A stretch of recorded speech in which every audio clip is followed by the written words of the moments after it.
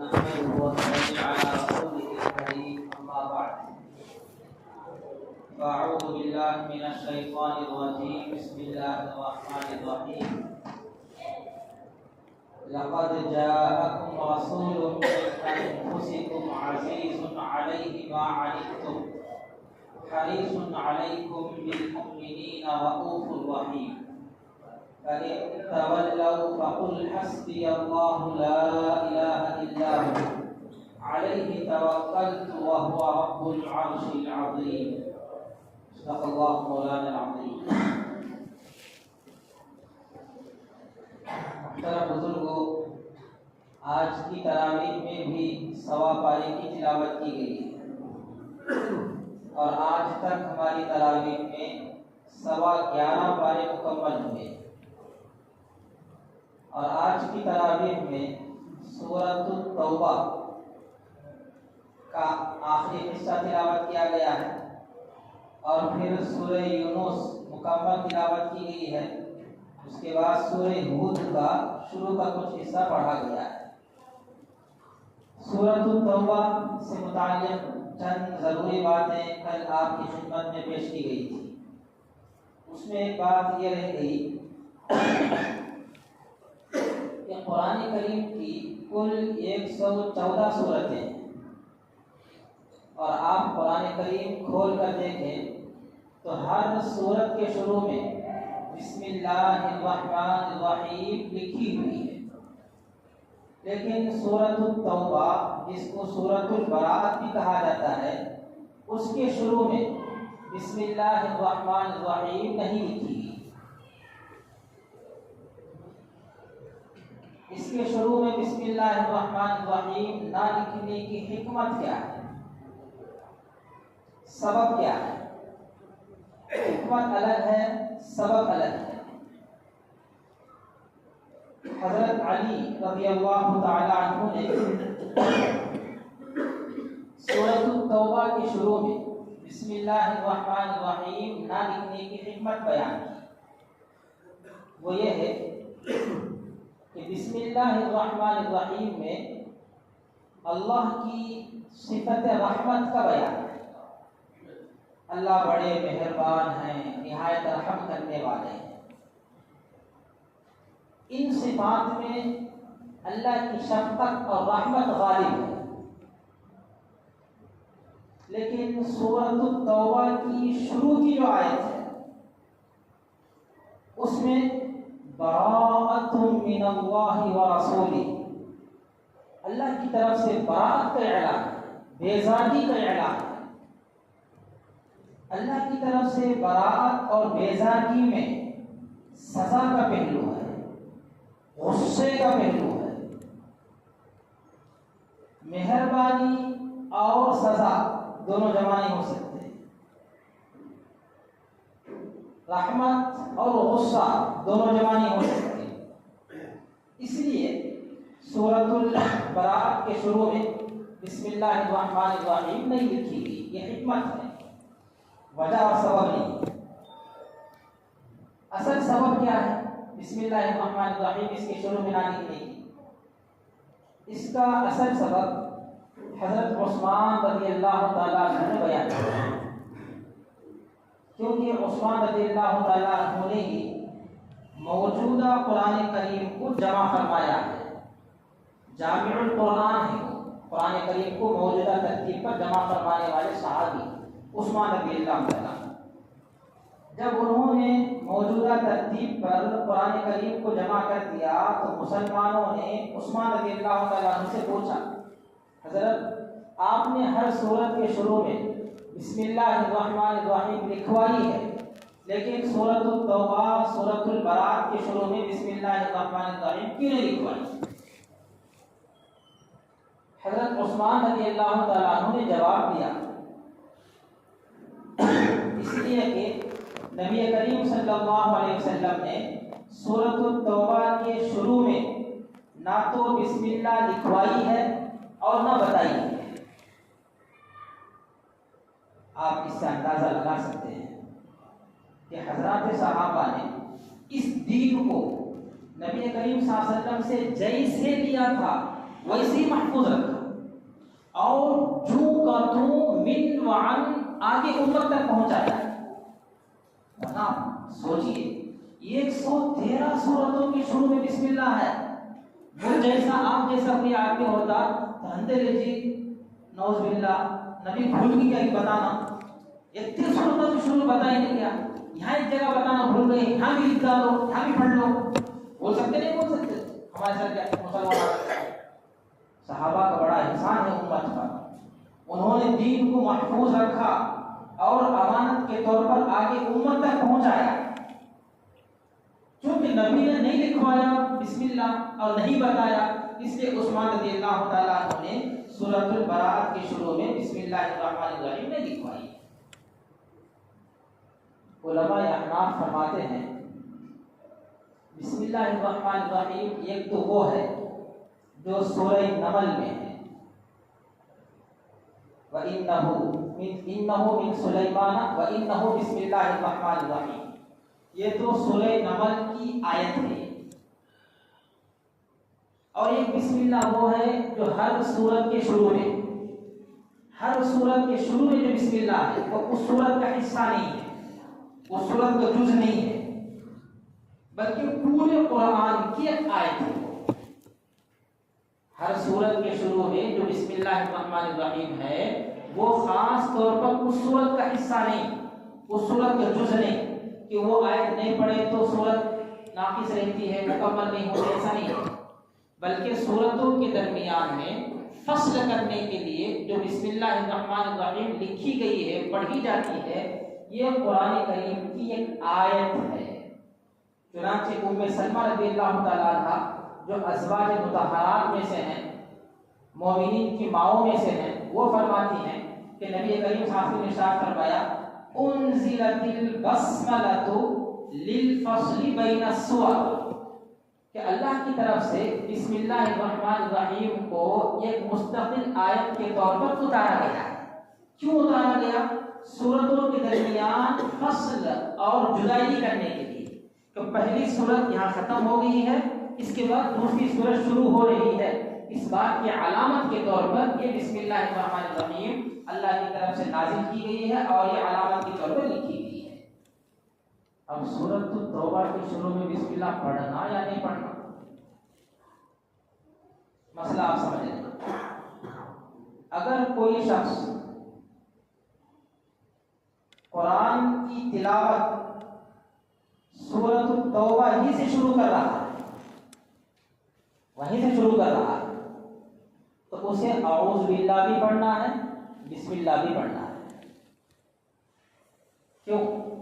یہ جو بسم اللہ پڑھا جا رہا ہے یہ سورت سے پہلے کا بسم اللہ نہیں ہے، یہ تلاوت کو شروع کرنے کا بسم اللہ ہے۔ تلاوت قرآن کے آداب ہیں، ان میں سے ایک ادب یہ ہے پہلے اعوذ باللہ پڑھا جائے، پھر بسم اللہ پڑھا جائے، پھر قرآن کی تلاوت شروع کی جائے۔ اسی طرح اگر کوئی شخص سورۃ التوبہ کے درمیان سے اپنی تلاوت شروع کر رہا ہے تو اسے بھی اعوذ باللہ کے بعد بسم اللہ پڑھنا چاہیے۔ ہاں، اگر کوئی شخص شروع سے پڑھتا آ رہا ہے سورۃ الانفال، سورۃ التوبہ سے پہلے کی سورت سورۃ الانفال، وہاں سے پڑھتا آیا، سورۃ الانفال اینڈ ہو گئی، ختم ہو گئی، اب سورۃ التوبہ شروع کرنا، وہی سے آدمی کے لیے حکم ہے وہ بغیر بسم اللہ کے آگے سورۃ التوبہ شروع کر دے، کنٹینیو تسلسل سے پڑھتا آ رہا ہے تو اس کے لیے بسم اللہ نہیں پڑھنے کا حکم ہے۔ بہت سے مسلمان یہ سمجھتے نہیں بھی سورۃ توبہ شروع کر بسم اللہ پڑھنا چاہیے، یہ غلط بات ہے۔ بسم اللہ نہیں پڑھنے کا حکم اس کے لیے ہے جو شروع سے پڑھتا آ رہا ہے تسلسل کے ساتھ، سورہ انفال ختم، آگے سورۃ توبہ شروع کر رہا ہے تو یہ بغیر بسم اللہ کی سورۃ توبہ شروع کر دے گا۔ سمجھ میں آ گیا مسئلہ؟ اسی سورۃ التوبہ کی آخری کی 2 آیتیں میں نے آپ کے سامنے تلاوت کی ہیں۔ ان 2 آیتوں میں اللہ تبارک و تعالیٰ نے نبی کریم صلی اللہ علیہ وسلم کے اخلاق جمیلہ کو بیان فرمایا، آپ کے اخلاق کی ایک جھلک بیان فرمائی ہے۔ اللہ فرماتے ہیں لقد جاءکم، تمہارے پاس آ گئے، یہودیوں کو، عیسائیوں کو اور دوسرے مذہب اور ملتوں کو ماننے والوں کو آخری نبی کی آمد کا بڑا شدت سے انتظار تھا، اور ہر ایک کا یہ خیال تھا وہ آخری نبی ہماری قوم میں آئے گے، وہ آخری نبی ہماری قوم میں آئے گے۔ اللہ تعالیٰ ان تمام انتظار کرنے والوں کو کہہ رہے ہیں لقد جاءکم، جس نبی اور رسول کا تمہیں شدت سے انتظار تھا وہ رسول آ چکا ہے، اس رسول کی آمد ہو چکی ہے، لہذا اس رسول کی قدر کرو، کیونکہ انتظار کے بعد جو نعمت ملتی ہے انسان فطری طور پر اس نعمت کی قدر کرتا ہے۔ بڑی محنت سے مجھے چیز ملی ہوئی، ضائع ہونے نہیں دیتا، اس کے مقام مرتبے کو پہچانتا ہے۔ تو اللہ نے ایک احسان کیا، جس نبی کا تم کو انتظار تھا اب مزید انتظار کرنے کی ضرورت نہیں ہے، اس نبی کی آمد ہو چکی ہے، یہ پہلا احسان ہے۔ نمبر 2 رسول، دوسری بات اللہ نے فرمائی جو رسول آیا ہے وہ کوئی معمولی رسول نہیں ہے، وہ بہت عظیم الشان رسول ہے۔ علمی اصطلاح میں رسول پر جو تنوین ہے نا، تنوین دو پیش رسول، اس کو تنوین برائے تعظیم بولتے ہیں، کسی چیز کی عظمت اور فضیلت کو بتانے کے لیے بھی عربی زبان میں تنوین لائی جاتی ہے۔ تو یہاں پر رسول پر جو تنوین آئی ہے وہ اس رسول کی عظمت اور فضیلت کو بتانے کے لیے ہے۔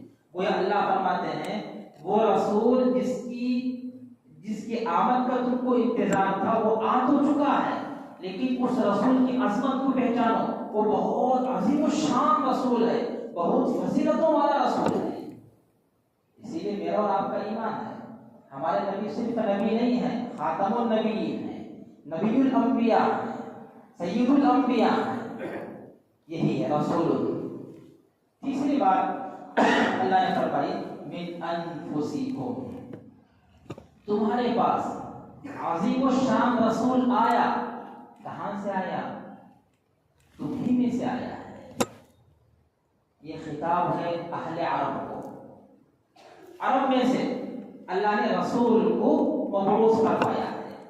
اگر اللہ چاہتے تو عرب کے علاوہ کسی اور قوم میں رسول کو مبعوث فرماتے اور اس رسول کو عربوں کی اصلاح کے لیے عرب کی طرف بھیج دیتے، ایسا نہیں کیا اللہ نے۔ اور یہ ہوتا ہے کہ ہمارا بچہ بھائی، ہمارا آدمی، چلو اس کی بات مان لیتے ہیں۔ اپنا آدمی کوئی اچھی بات بتائے تو فطری طور پر انسان اس کو قبول کرتا ہے، وہی دوسرا برائے آگے بتائے وہ لوگ بولنے والا وہ سے محلے والا تھا کیا بولتا سی، ہمارے محلے کو نہیں بولا کیا، ہمیں اس کی بات سنتی، وہی سی بات ہے من انفسکم، وہ رسول عظیم الشان تمہارے پاس آیا ہے، تمہیں میں سے آیا ہے۔ اور وہ رسول کیسا مانو؟ عزیز علیہ ما عنتم، تمہارا بڑا ہمدرد ہے، بڑا خیر خواہ ہے، تمہارے نقصان کو برداشت نہیں کر سکتا، نہ دنیاوی نقصان کو برداشت کر سکتا ہے، نہ دینی نقصان کو برداشت کر سکتا ہے۔ گناہ ہم کرتے ہیں، دکھ رسول اللہ صلی اللہ علیہ وسلم کو، اسی لیے حدیث میں کہا گیا، نبی کریم صلی اللہ علیہ وسلم نے فرمایا میں دنیا سے جا تو رہا ہوں لیکن یاد رکھو یعرض علی اعمالکم، میرے دنیا سے جانے کے بعد تمہارے اعمال مجھ پر پیش کیے جائیں، فلاں ابن فلاں نے یہ کام کیا ہے، فلاں ابن فلاں نے یہ کام کیا ہے، تمہارے سارے اعمال مجھے دکھائے جائیں گے، پیش کیے جائیں گے۔ اس کا کیا فائدہ ہے؟ آگے حدیث میں اللہ کے نبی صلی اللہ علیہ وسلم نے فرمایا فما رأیت من خیر حمدت اللہ، میں جس بندے کے نیک اعمال کو دیکھوں گا اس پر میں اللہ کا شکر ادا کروں گا، میرے دل کو تسلی ہوگی، خوشی ہوگی کہ میری امتی نے ایک نیک عمل کیا ہے، مجھے خوش کیا ہے۔ اور آگے فرمایا وَمَا رَأَيْتُ مِن شَرٍّ اسْتَغْفَرْتُ اللَّهَ لَكُمْ، اور جو گناہ، جو برائی ان اعمال میں میں دیکھوں گا، میں امت کے لیے اللہ سے مغفرت مانگوں۔ دنیا سے جانے کے بعد بھی رسول امت کے لیے غم کھا رہا ہے، امت کا خیر خواہ ہے۔ یہ عزیز علیہ ما عنتم، یہ کتاب ہے حیات الحیوان، کتاب کا نام حیات الحیوان، علامہ الدین رحمۃ اللہ علیہ نے لکھی ہے۔ اس میں ہر جانور کا نام، اس کی خصوصیات، اس کے فائدے، اس کے نقصانات سب لکھے ہیں۔ اس کتاب میں ایک شخص کا عجیب واقعہ لکھا۔ ایک آدمی جب بیمار ہوتا، پریشان ہوتا، مصیبت زدہ ہوتا، تو اللہ سے کیا دعا کرتا تھا؟ اللہ سے یہ دعا کرتا تھا، اے اللہ میں بیمار ہوں، پریشان ہوں، مصیبت زدہ ہوں۔ مومن کی مصیبت کو دیکھ کر، مومن کے دکھ کو دیکھ کر شیطان خوش ہوتا ہے اور تیرے نبی کو تکلیف ہوتی ہے۔ اے اللہ میری بیماری ختم فرما دے، میری پریشانی ختم کر دے، میری مصیبت کو مجھ سے دور کر دے، تاکہ شیطان کو تکلیف ہو اور تیرے نبی کو خوشی ہو۔ یہ دعا ہے۔ اور اللہ تعالیٰ نبی کو خوش کرنے کے لیے، شیطان کو تکلیف دینا کے لیے اس مریض کی بیماری کو ختم کر دیتے، اس پریشان زدہ کی پریشانی کو ختم کر دیتے۔ اس کا مطلب یہ ہے کہ نبی صلی اللہ علیہ وسلم کو ہمارے اعمال کی وجہ سے دکھ بھی پہنچتا ہے، ہمارے اعمال کی وجہ سے خوشی بھی پہنچتی ہے۔ اگر ہم فرما بردار امتی بننا چاہیں تو اس کا طریقہ یہی ہے کہ ہم وہ اعمال کریں جن سے نبی کو خوشی پہنچے روزے افطار کے اندر۔ پھر آگے فرمایا اللہ تعالیٰ نے حریص علیکم، تمہارے نفع کا بڑا خواہش مند ہوتا ہے، نقصان کی چیز کو برداشت نہیں کرتا، اور ہر قسم کے نفع کا وہ خواہش رکھتا ہے کہ میری امت کا نفع ہونا چاہیے، میری امت کو کسی قسم کا کوئی نقصان نہیں ہونا چاہیے۔ بالمؤمنین رؤوف الرحیم، ایمان والوں کے ساتھ مہربان ہے، رحم والے۔ اس سے پہلی والے آیات میں اللہ تعالیٰ نے منافقون کا حال بیان کیا تھا۔ اب اللہ تعالیٰ نبی صلی اللہ علیہ وسلم کو تسلی دینے کے لیے فرماتے ہیں فَإِن تَوَلَّوْا، اگر یہ منافقین آپ کی بات نہ مانیں، منہ موڑ لیں، تو آپ گھبرانے کی ضرورت نہیں، پریشان ہونے کی ضرورت نہیں۔ فَقُلْ، آپ کہیے حسبی اللہ، میرے لیے اللہ کافی ہے، لا الہ الا ہو، اس کے سوا کوئی خدا نہیں ہے، علیہ توکلت وهو رب العرش العظیم، میں نے اسی پر توکل کیا ہے اور وہ عرش عظیم کا رب ہے۔ یہاں ایک بات سمجھیں، ساری کائنات کا رب اللہ ہی ہے، لیکن ان ساری کائنات میں اللہ نے خاص طور پر عرش کا رب کیوں قرار دیا؟ وہو رب العرش العظیم۔ اس کی وجہ یہ ہے کہ اللہ کی مخلوقات میں سب سے بڑی مخلوق عرش ہے۔ اللہ کی مخلوقات میں سب سے بڑی مخلوق عرش ہے۔ یہ آسمان کا آپ دیکھیں، پہلا آسمان کتنا بڑا ہے، لیکن اس میں جو سورج ہے وہ اس کے سامنے چھوٹا دکھتا ہے۔